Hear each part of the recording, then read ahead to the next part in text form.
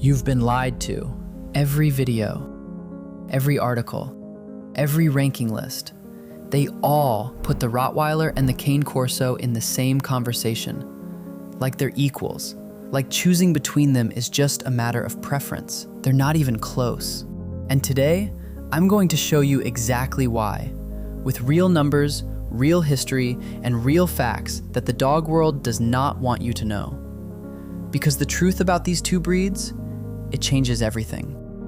Stay until the end, because the stat we reveal at the 7-minute mark, it shocked even me. Welcome back to Dog Life, the channel where we cut through the noise and give you the real story on the dogs everyone is talking about.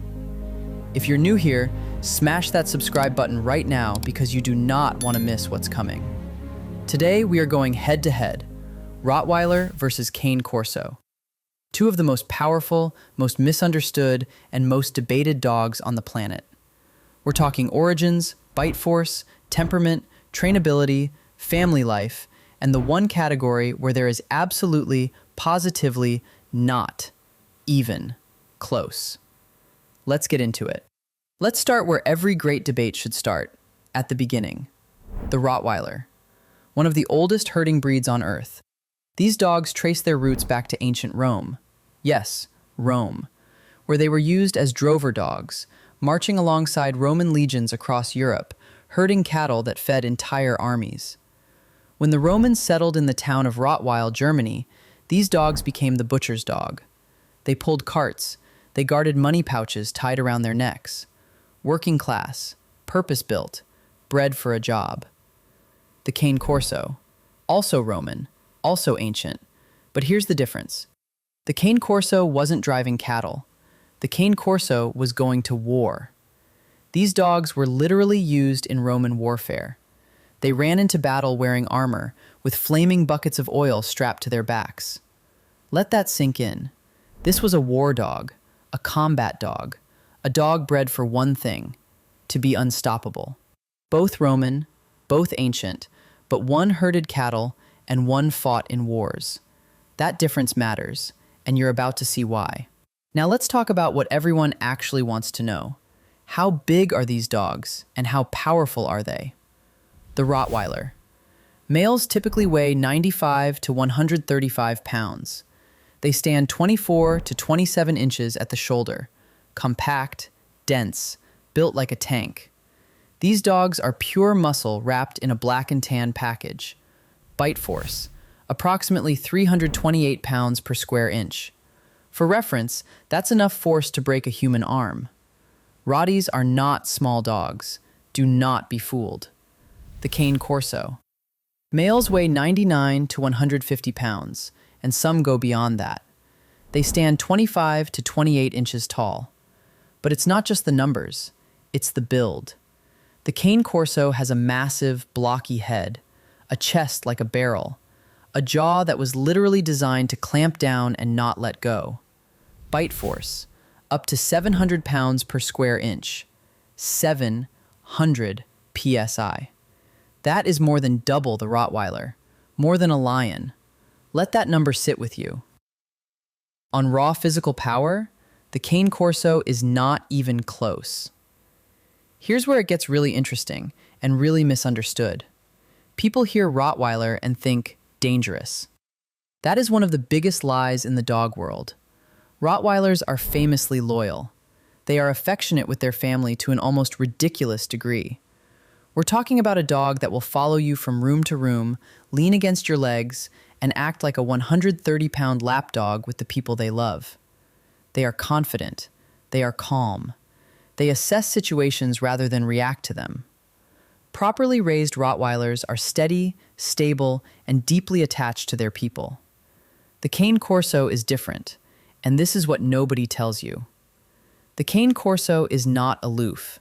They are intensely bonded to their owner. But that bond comes with something the Rottweiler doesn't have quite as strongly.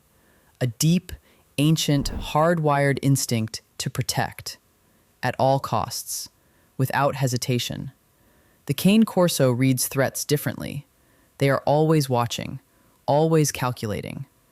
This is a dog that will make decisions, and if they're not trained and socialized to an elite standard, Those decisions can be the wrong ones. Both breeds love their families. But the Rottweiler says, I will protect you. The Cane Corso says, I will handle this myself. That is a crucial difference for a first-time owner. This is where the Rottweiler pulls ahead, and it's not even subtle. Rottweilers consistently rank among the top 10 most intelligent dog breeds. They are eager to work. They want a job. They want to please their person. They pick up commands fast. They respond to consistency. They thrive in structured training environments.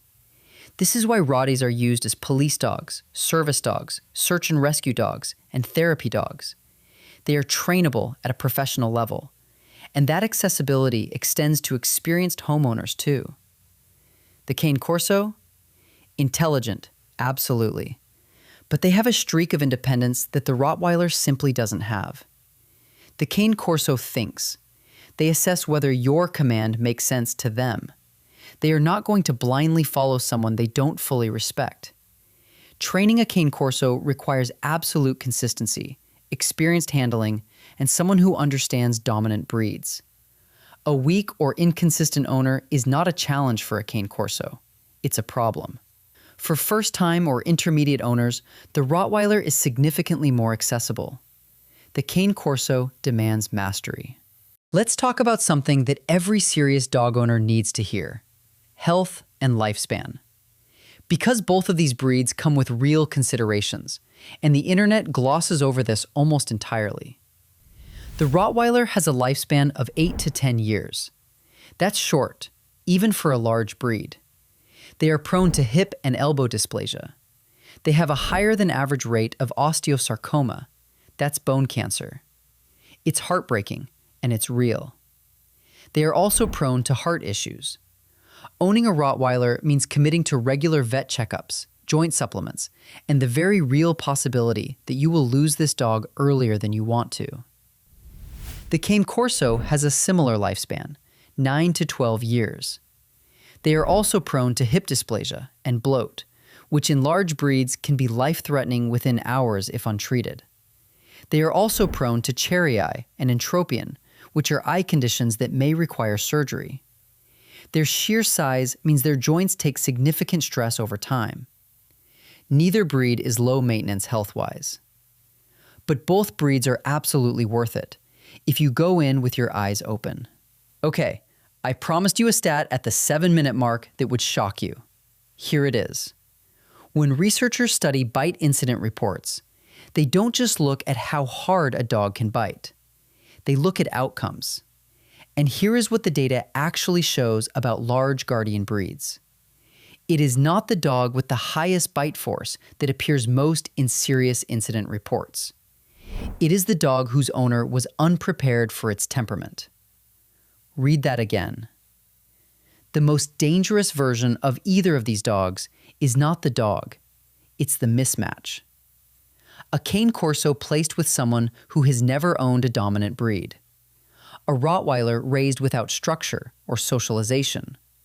The stats don't point to a breed problem. They point to an owner preparation problem. And that is the truth nobody in the dog content world wants to say out loud. Because it's easier to rank dogs by bite force than to tell people, do your homework, know what you're getting into. These are not starter dogs. These are not status symbols. These are living, breathing, thinking animals who deserve an owner that matches their level.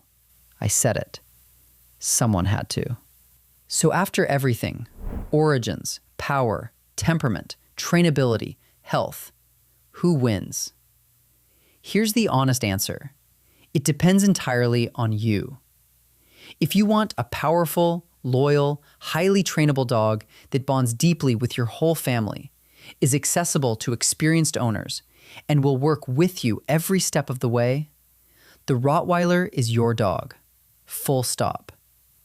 If you are an experienced, dominant breed handler who wants the most imposing, powerful, instinct-driven guardian on earth, a dog that will make its own calls and back them up with 700 PSI, the Cane Corso is unmatched.